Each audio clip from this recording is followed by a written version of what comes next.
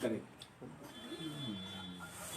जब जगो तभी सवेरा है, देर से सही, लेकिन पिछले 3 वर्षों के मशक्कत के बाद और पूरे देश में, चाहे महाराष्ट्र हो चाहे उत्तर प्रदेश हो, जहां भी इस तरह की टेंडरिंग की व्यवस्था और ये ऑक्शन की व्यवस्था हुई है, उस सब का अध्ययन करने के बाद वन निगम के कर्मचारी भाई और बहनों,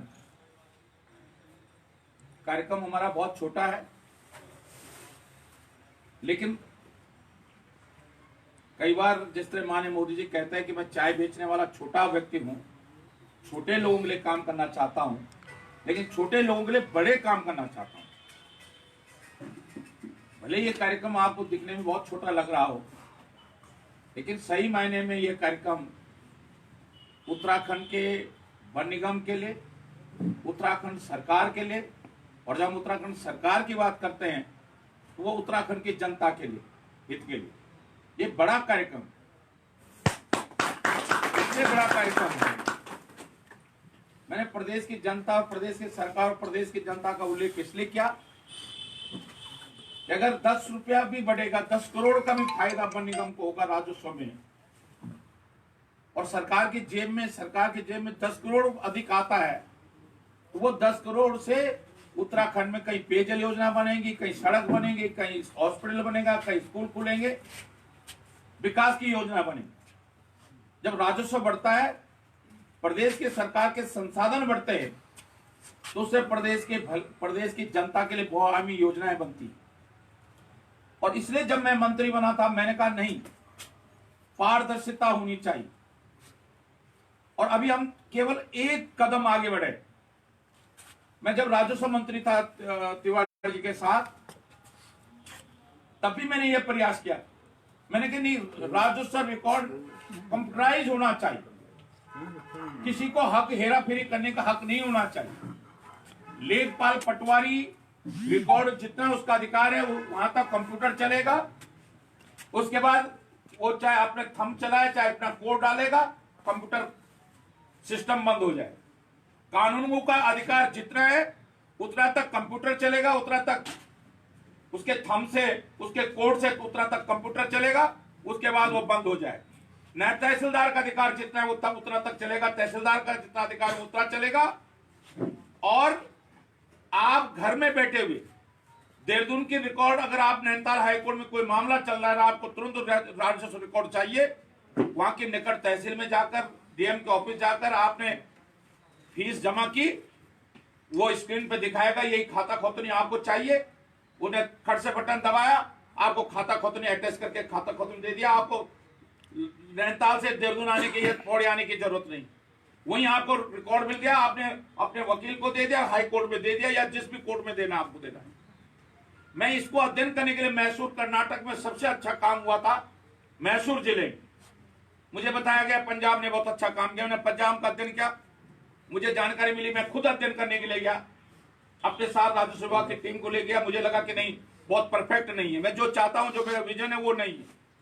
मैसूर ने भी कुछ थोड़ा सा अच्छा काम किया था। मैं वहां की तहसील, तालुका कहते हैं वहां की भाषा में, मैं वहां तालुका में भी गया, मैसूर तालुका में भी गया, जहां ये कंप्यूटराइज था। लेकिन मुझे लगा कि ये बहुत अच्छी व्यवस्था यहां भी नहीं है। मैं बहुत लंबे समय तक राजस्व मंत्री नहीं रह पाया, लेकिन आज कुछ जो आज तहसीलों में कंप्यूटराइज सिस्टम दिखता है लैंड रिकॉर्ड का, वो बहुत हद तक उस समय मैंने शुरुआत की थी उसकी। तो मैं इसलिए इस बात को कहना चाह रहा हूं, उससे आधे मुकदमे खत्म हो जाएंगे। मैंने कहा जिस दिन लैंड रिकॉर्ड कंप्यूटराइज हो जाएगा, आधे मुकदमे खत्म हो जाएंगे, हेरा फेरी खत्म हो जाएगी। 1 बीघा 1 इंच जमीन हरक सिंह के नाम से, खड़गवाल के नाम पे आई, तो वो सीएम के डेस्क पर भी है, उनके उस पे भी है, साइड पे भी, राजस्व मंत्री के भी है, कमिश्नर के भी है, राजस्व कमिश्नर के भी है। तो हेराफेरी नहीं होगी। वो जमीन जब भी दोबारा कोई बेचने की कोशिश करेगा, तुरंत कंप्यूटर बता देगा, साइड बता देगी कि ये जमीन तो पहले इसको बिकी थी, उससे इसको बिकी थी, उससे इसको बिकी थी। तो आधे से ज्यादा मुकदमे खत्म हो जाए। यही मैंने वन निगम में, जब मैं मंत्री बना, मैंने कहा भाई अव्वल दर्जे की लकड़ी है दोयम दर्जे की लकड़ी है, नीलाम हो रही है, दोयम दर्जे की खरीदी जा रही है, अव्वल दर्जे की प्राइस दिया जा रहा है, दोयम दर्जे का खरीद। देखो हंस रहा है हमारा, क्योंकि इसको सब मालूम है, क्योंकि ये इससे कुछ लोगों को फायदा हो सकता है, खरीदार को कुछ फायदा हो सकता है, हमारे कुछ कर्मचारियों उसको कुछ फायदा हो सकता है, व्यक्तिगत उनको फायदा हो सकता है, लेकिन ओवरऑल प्रदेश की जनता का नुकसान होगा, प्रदेश के रेवेन्यू घटेगा, प्रदेश को बहुत बड़ा नुकसान होगा। और मैं इस बात से सहमत हूं। अभी तो हमने एक कदम, मैंने जब एक कदम की बात की तो मैंने एक कदम सिर्फ इस बात को कह रहा हूं कि हम केवल अभी ई ऑक्शन कर रहे हैं, डीपी पे जो लकड़ी आ गई उसका ई ऑक्शन कर रहे हैं। मैंने विजन दिया था, मैंने कहा मेरे इस विजन को आप कैसे धरातल पर उतारते हो, इसके लिए पूरी कार्य योजना बनाओ कि पेड़ कटता है, पेड़ कटेगा उस पर चिप लग जाएगी, उस पे जहां पेड़ कट रहा है उसकी गोलाई सारी उस पर चिप लग जाएगी, वो डाट कहां जा रही, किस डिपो में जा रही, अभी दुगड्डा पहुंची है, ये हमारा कंप्यूटर पे हमारी साइट पे सब दिखता रहेगा।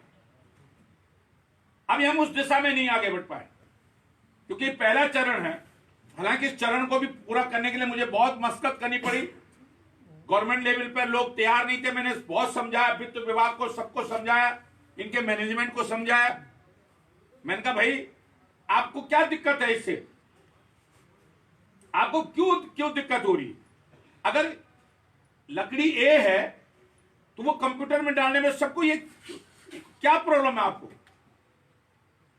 और आज मैं सोचता हूं जिस तरह मुझे एमडी बर्निंघम ने बताया, सिंघल जी ने, आपने बताया कि जब से हमने ये ऑक्शन की शुरुआत की है हमको अच्छे दाम मिलने लगे, शुरुआत अच्छी हो रही है, और कहते हैं शुरुआत अच्छी हो तो अंत भी अच्छा होता है, और हम तो चाहते हैं बर्निंघम का अंत ही ना हो।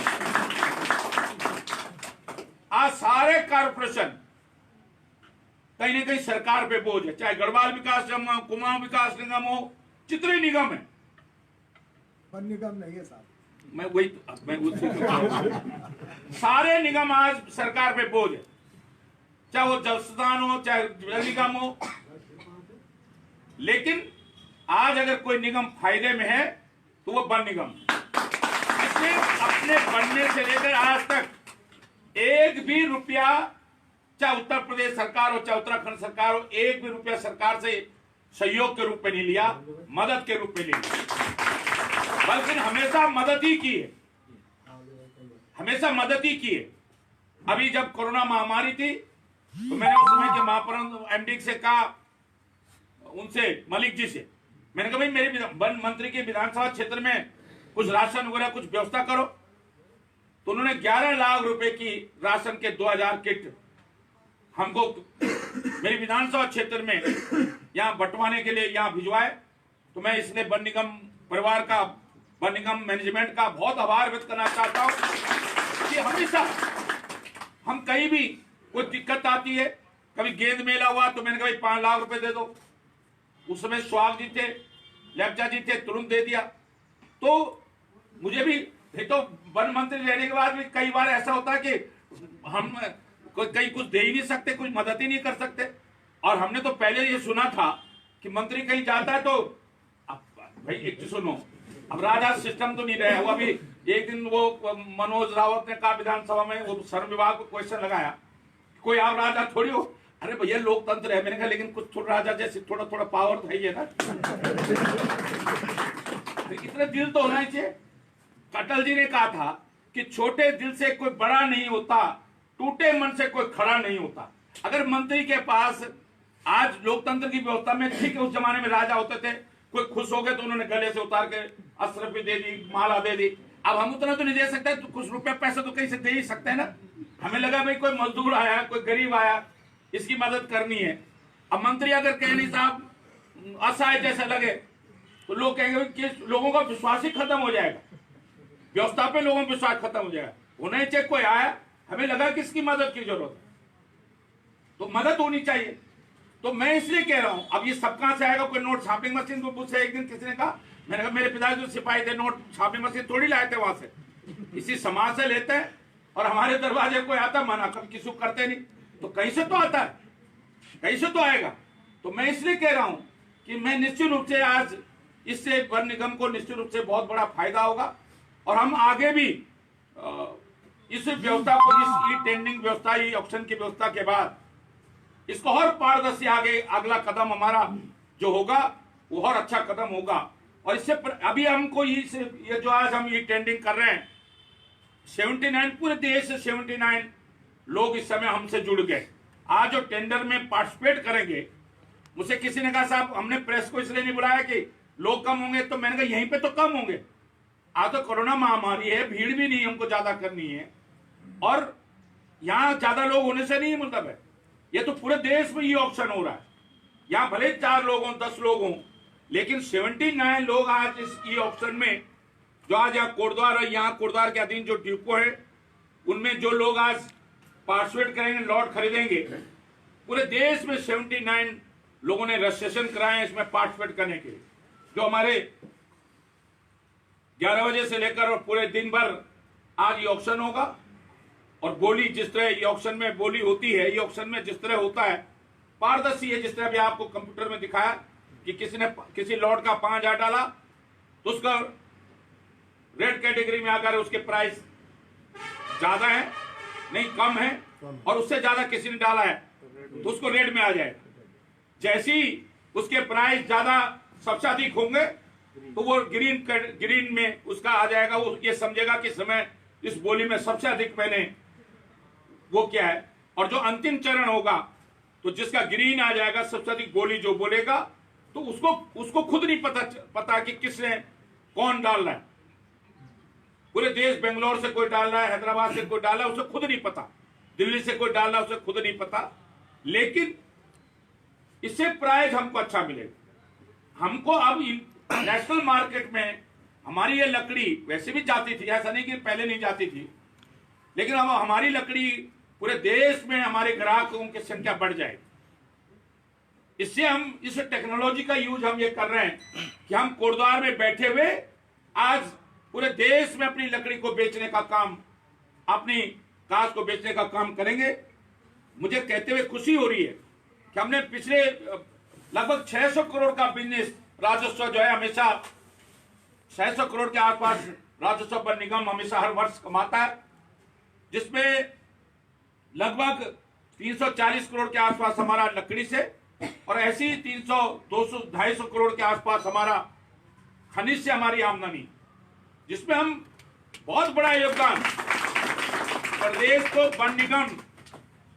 वन निगम लगभग 300 से लेकर 500 करोड़ तक प्रदेश सरकार को राजस्व देने का काम करता है। बहुत मैंने कहा ना कि आज वन निगम केवल अपने लिए नहीं पाल रहा है, वन निगम के कर्मचारियों के परिवार नहीं पल रहे हैं वन निगम की कमाई से, बल्कि प्रदेश सरकार को भी लगभग 400-500 करोड़, किसी समय 400 करोड़, कभी 450 करोड़, 300 करोड़ से हमेशा हर वर्ष 300 करोड़ से लेकर 500 करोड़ के बीच में वन निगम से राजस्व के रूप में प्रदेश की सरकार को मिलता है, जो एक तीसरे नंबर पे जीएसटी के बाद एक्साइज के बाद जो सबसे बड़ा जीएसटी, एक्साइज, शराब के व्यवसाय, और उसके बाद सबसे बड़ा राजस्व का जो तीसरे नंबर राजस्व का जो स्रोत प्रदेश की सरकार का है वो हमारा वन निगम है, चाहे उसमें खनिज हो चाहे लकड़ी। ये एक बहुत बड़ी उपलब्धि हमारी। तो मैं इससे निश्चित रूप से 30 वन प्रभाग हमारे लगभग 30 डिवीजन हमारे वन निगम में है जो पूरे प्रदेश के अंदर ये काम कर रहे हैं। मैं बखुंडी जी की इस बात से सहमत हूं, ये उत्तराखंड में केवल वन निगम में नहीं हुआ है, ये उत्तराखंड में पहले 2 कमिश्नर थे गढ़वाल में, IAS 2 गढ़वाल में थे, अगर 13 जिले, वो भी 4 जिले मैंने बनाए तो 13 जिलाधिकारी थे, तो सीमित अधिकारी थे। आज एक बड़ी फौज हो गई है। ये दुर्भाग्य है, राज्य बनने के बाद थोड़ा फौज तो बढ़ेगी, लेकिन नीचे की फौज भी बढ़नी चाहिए। और मैं ये बात सही है कि एक ऊपर का अधिकारी का पद बढ़ने से ऊपर का अधिकारी नहीं होगा, चल जाएगा। 2-3 मैनेजमेंट में बहुत ज्यादा लोग नहीं चाहिए, मैं एक बार जर्मन में था, नहीं हाँ जर्मन में था, तो मैंने वो ड्राइवर मुझसे कहने लगा, मैंने कहा भाई मैंने ऐसी, हम जा रहे थे, जो मेरा ड्राइवर था, मैंने उससे पूछा तुम्हारे बच्चे क्या कर रहे हैं? कह रहे साहब लड़के ने तो 18 हाई स्कूल उस वहाँ की शिक्षा के हिसाब से हाई स्कूल किया और उसके बाद नहीं पढ़ा। मैंने लड़की ने, कह रहे वो लड़की भी नहीं पढ़ा, अपना अलग अलग खा कमा रहे हैं, दोनों अलग रहते हैं, हमसे कोई लेना देना, वहां तो ऐसे ही सिस्टम है। तो मैंने क्यों नहीं पढ़ाया तुमने? एक ड्राइवर की सोच बता रहा हूं मैं आपको, कितनी बड़ी सोच थी उसकी। कह रहे रावत जी, कह रहे मंत्री जी कहा उसने, कह रहे मंत्री जी पढ़ा के क्या करेंगे हम बच्चों को? मैंने क्यों नहीं पढ़ाया तुमने बच्चों को? अच्छा तुम ड्राइविंग कर रहे हो, तुम्हारे बच्चे अच्छा को करते हैं। कहने लगे देश को चलाने के लिए, अब देखो ना, वो एक जर्मन के ड्राइवर की सोच मैं बता रहा हूं आपको, वो देश को चलाने के लिए कहे 2% लोग चाहिए, मैनेजमेंट करने के लिए 2% लोग चाहिए, या तो जो मिनिस्टर हैं, राष्ट्रपति है, प्रधानमंत्री, जो भी व्यवस्था जिस देश की हो, अधिकारी हैं, देश को चलाने के लिए 2% लोग चाहिए मैनेजमेंट करने के लिए। इतने लोग पढ़ ही लेते, और अगर सब पढ़ लेंगे तो बेकार हो जाएंगे, और काम कौन करेगा? तो इतनी बड़ी सोच उसकी थी कि मैनेजमेंट सिर्फ 2% लोगों से हो जाता है। एक एमडी, एक जीएम हो, 2-3 आरएम हो, वो पूरे वन निगम को चला लेंगे। मैं भी तो अकेला हूं, देखो वन विभाग देख रहा हूं, वन निगम में आपका इतना, वन निगम नहीं, वन मंत्रालय में इतना बड़ा वन मंत्रालय, नेशनल पार्क है, इतना वन निगम है, मैं इसे भी देख रहा हूं। मैं कौशल विकास में एम्प्लॉयमेंट है, कौशल विकास है, आईटी है, वो भी देख रहा हूं। मैं आयुष भी देख रहा हूं, आयुष चिकित्सा भी देख रहा हूं, मैं पर्यावरण भी देख रहा हूं। तो मैं इसलिए कह रहा हूं, हम भी तो देख रहे हैं, और फिर भी मुझे लगता है कि काम कम है मेरे पास। जब तक 100-200 फाइलें ना हो, मेरे को आदत है कि 100-200 फाइलें नहीं आती, तो मुझे लगता है कि अब हमारा काम खत्म हो गया। जब मैं तिवारी जी के समय में रेवेन्यू मिनिस्टर था, खाद्य आपूर्ति मंत्री था, मैंने उज्जैनी प्रकरण से 3-4 महीने पहले विनोद से कहा, एक दिन विनोद रावत से, मैंने कहा विनोद मुझे लगता है कि हमारा काम अब राजस्व मंत्री के रूप में खत्म हो गया। जो प्रमोशन करने थे कर दिए, आपदा प्रबंधन मंत्री के रूप में जो व्यवस्था करनी थी कर दी। अब मैंने कहा काम, फाइलें नहीं आ रही, काम ही नहीं रह गया। तो बहुत ज्यादा मैनेजमेंट के लिए काम किया, अधिकारियों की जरूरत नहीं होती, नीचे के फील्ड के अफसर होने चाहिए, फील्ड के कर्मचारी होने चाहिए। और ये दुर्भाग्य हमारा वन विभाग का भी है, वन निगम का भी। हमारे नीचे का तबका घट गया है और ऊपर का बढ़ता चला जा रहा है। ऊपर का कुनवा बढ़ गया, गार्जियन, वो द्रौपदी के तो 5 ही पति थे, तो बहुत सारे पति हो गए। तो ज्यादा पति होने में भी नुकसान ज्यादा है। कोई कहेगा इधर आ, कोई कहेगा उधर आ, बेचारी कहाँ जाएगी। तो अब कर्मचारी हमारा माना, जो फॉरेस्ट नीचे के कर्मचारी हमारे हैं, कभी आरएम मार रहा है, कभी जीएम साहब बोल रहे हैं, कभी वो कह रहे हैं, आलना साहब बोल रहे हैं, साहबों की फौज बहुत बड़ी, साहब बहुत हो गए। तो मैं इसलिए कह रहा हूं कि ये मैं इस व्यवस्था को, ये आज बकुंडे जी ने बहुत अच्छी बात कही कि भाई ढांचा पिरामिड ऐसा होना चाहिए, ऊपर नीचे फैला हो और ऊपर ऐसा हो, ये स्वस्थ व्यवस्था भी। मैं जिस मंत्रालय में रहता हूं, मैं कहता हूं भाई ऊपर उतना ज्यादा नहीं, बहुत कम लोगों से ऊपर का मैनेजमेंट हो सकता है, लेकिन कभी कभी प्रमोशन के लिए भी कर्मचारी संघों की मांग इसलिए भी होती है कि ऊपर ज्यादा अधिकारी हो, जिससे प्रमोशन के चांसेस भी ज्यादा हो। तो कई बार हमको कर्मचारियों के दबाव में भी ऊपर के पद सृजित ज्यादा करने पड़ते हैं। अभी मैं एक विभाग में था, तो कहने सा ऊपर के पद घट गए हमारे। मैंने कहा कुछ लोग कहते ऊपर के पद घटाओ, कुछ लोग कहते ऊपर के पद बढ़ाओ। कहने सा अगर पद नहीं बढ़ेंगे तो प्रमोशन कैसे होगा? तो मैंने कहा हाँ ये तो बात सही है।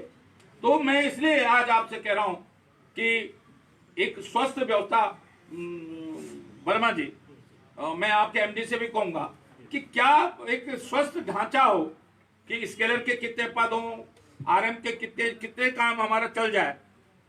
क्योंकि आप लोग तो आईपीएस जितने अफसर हो, आप तो दूसरे विभाग में भी, वन विभाग में काम कर सकते हो, लेकिन यहाँ न्यूनतम हम, क्योंकि आपके एमडी ने चाहे मलिक जी हैं चाहे लेफ्ट चाहे हम मुझसे हमेशा कहा कि साहब हमको इतना आराम दे दो, मतलब आईएफएस जयपुर लेवल के अधिकारी दे दो, इतने रेंजर दे दो, तो हमने देते चले गए। तो मैं इसलिए कह रहा हूं कि कितने से काम चल सकता है, जिससे कि क्योंकि ऊपर के लोगों के खर्चे भी बहुत ज्यादा है, गाड़ी भी चाहिए उनको, तनख्वाह भी ज्यादा है, तो इसलिए थोड़ा सा दिक्कत हो सकती है। और उस तरह में तो एक आरएम के पद पे जो व्यक्ति है एवरेज अगर 1.5-2 लाख रुपए पड़ता होगा तो उसमें 4 कर्मचारियों की तनख्वाह निकल जाएगी आराम से। तो मैं ये एक व्यवस्था कैसे एक स्वस्थ व्यवस्था हो कि जिससे कम से कम खर्चा हो और आय अधिक से अधिक हो।